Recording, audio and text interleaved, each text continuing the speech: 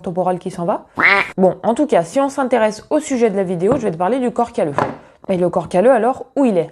Eh ben, il est là. Dans ma main droite, j'ai l'hémisphère droit du cerveau. Dans ma main gauche, j'ai l'hémisphère gauche. Et le corps calleux, c'est cette structure-là qui permet tout simplement de relier les deux hémisphères entre eux, c'est-à-dire de les faire communiquer. Donc c'est une grosse structure en fait de fibres nerveuses, il y en a à peu près 200 millions, et c'est comme ça que les hémisphères communiquent. Et en fonction de la localisation des différentes lésions qu'il va y avoir au niveau du corps calleux, on va pouvoir observer différents troubles sur le plan clinique.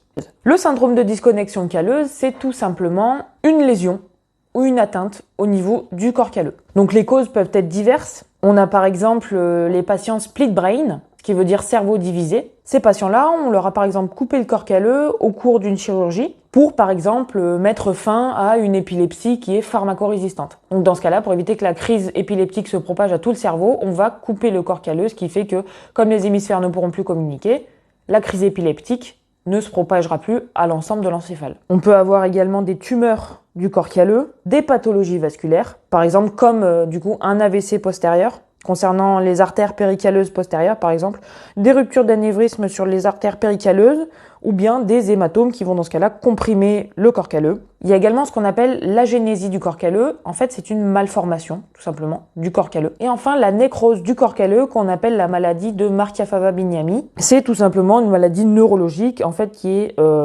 apparaît progressivement et qui se caractérise par la démyélinisation, l'atrophie et puis la nécrose du corps calleux. Donc cette maladie-là, en fait, elle est induite par l'alcoolisme chronique et parfois par des carences nutritionnelles. Donc, on n'oublie pas, hémisphère droit traite le côté gauche du corps, l'hémisphère gauche est impliqué dans la gestion du côté droit. À partir de là, que se passe-t-il si on coupe le corps calleux? Ou si, en tout cas, il y a des AVC, des tumeurs, des nécroses, comme je t'ai expliqué juste avant. Eh bien, tu te doutes bien que si on coupe la communication des deux hémisphères, les hémisphères vont partiellement, en tout cas, fonctionner indépendamment et ça va faire apparaître différents trucs. Je vais t'en présenter 3. L'anomie tactile gauche, l'apraxie idéomotrice gauche et l'apraxie constructive droite. Concernant l'anomie tactile gauche, si on reprend le sens du mot anomie, tu vois qu'il y a le A privatif, nomie, incapable de nommer. Alors, quel est le lien entre le mot anomie et le mot tactile? C'est simplement que une fois que tu as quelque chose dans la main, tu es incapable de dire ce que c'est. Les hémisphères ne communiquent plus. Eh bien, lorsque j'ai un objet dans ma main gauche, je suis incapable de le dénommer. Le patient est donc incapable de dire que ce qu'il a dans la main gauche, c'est un stylo. Pourquoi? On reprend.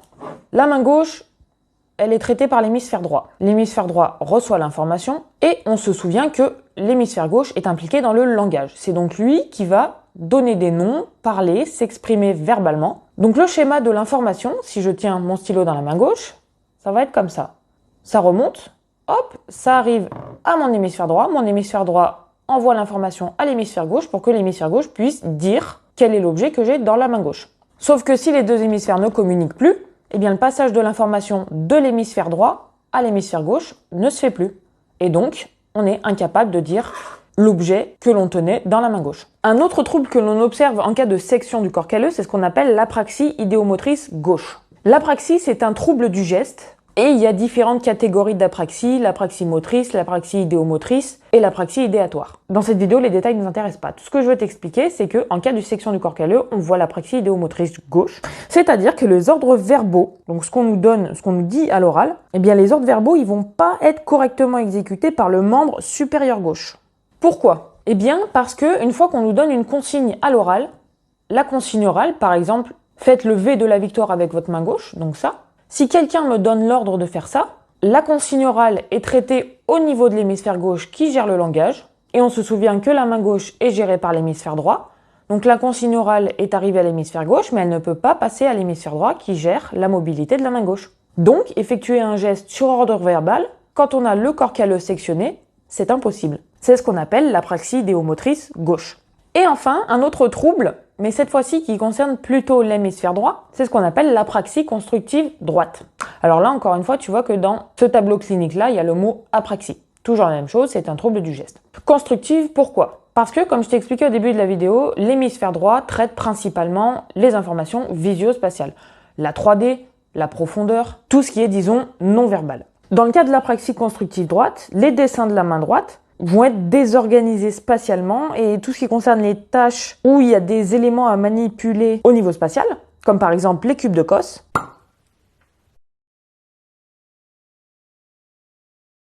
eh bien, ces exercices-là vont être échoués. Généralement, l'apraxie constructive droite est associée à une atteinte du tronc du corps calleux, c'est-à-dire cette partie-là centrale. Donc, par exemple, un patient avec une apraxie constructive droite dessinera des choses comme ça. Finalement, pour l'apraxie constructive droite, sur ordre verbal ou sur copie de la main droite, eh bien, les performances vont être lentes et désorganisées. On se souvient, la main droite est gérée par l'hémisphère gauche. Comme c'est l'hémisphère droit qui traite les informations visio-spatiales, on reçoit les informations visio-spatiales dans l'hémisphère droit et on ne peut plus les transmettre à l'hémisphère gauche qui gère la motricité de la main droite. Donc, les dessins sont moches, en gros. Et paradoxalement, les dessins sont mieux réussis avec la main qui est non dominante. Donc si tu es droitier et qu'on te demande de dessiner de la main gauche, eh bien tu réussiras mieux un dessin de la main gauche que de la main droite. Voilà, donc les 3 différents signes que je viens de te présenter sont seulement une petite poussière dans l'océan par rapport à tous les signes qui existent, mais je vous les très difficiles à vivre au quotidien. Il y a ce qu'on appelle le phénomène de la main étrangère. On teste souvent ce phénomène de la façon suivante, c'est-à-dire qu'on va mettre les 2 mains du patient dans son dos et l'examinateur va mettre une des mains du patient dans sa propre main. Ou bien l'examinateur va mettre sa propre main dans la main du patient. Toujours est-il que le patient aura une main dans une main. Et à ce moment-là, il est incapable de dire si c'est sa propre main ou si c'est la main de quelqu'un d'autre. C'est ce qu'on appelle le phénomène de la main étrangère. En cas de section du corps calleux, il y a aussi ce qu'on appelle la dyspraxie diagonistique. C'est que les 2 mains vont entrer en compétition pour produire certaines tâches. Par exemple, il y a une main qui va ouvrir la porte et l'autre main va la refermer. Une main qui va vouloir boire et l'autre main qui va empêcher de boire. Et tout ça, en fait, se fait de façon involontaire. Donc il y en a encore plein, par exemple l'anomie et l'alexie tactile gauche, la graphie unilatérale gauche, la pseudo-hémianopsie latérale homonyme gauche, l'alexie, l'anomie visuelle gauche, l'anomie olfactive droite, l'extinction de l'oreille gauche pour le matériel verbal. Puis concernant plutôt l'hémisphère droit, on va dire qu'il y a l'apraxie constructive droite, comme je t'ai présenté, la dysgraphie, la dyscalculie spatiale,